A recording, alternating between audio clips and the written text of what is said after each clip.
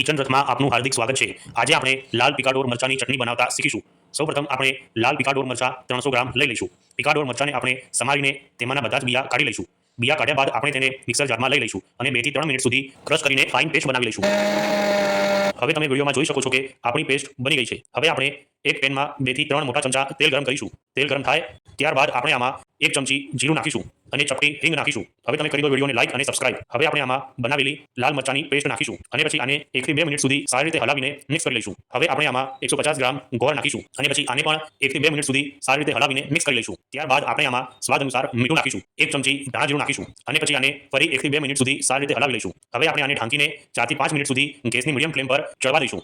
5 minute બાદ આપણે ગેસની ફ્લેમ બંધ કરી દઈશું અને પછી આમાં 1 લીંબુનો રસ નાખીશું। લીંબુનો રસ આમાં પ્રોઝેટિવનું કામ કરે છે, જેથી આ ચટણી 1 થી 2 મહિના સુધી સારી રહેશે। લીંબુનો રસ નાખ્યા બાદ આપણે આને મિક્સ કરી લઈશું અને સર્વિંગ બાઉલમાં લઈને સર્વ કરીશું। હવે તમે કરી દો લાઈક, શેર અને સબસ્ક્રાઇબ।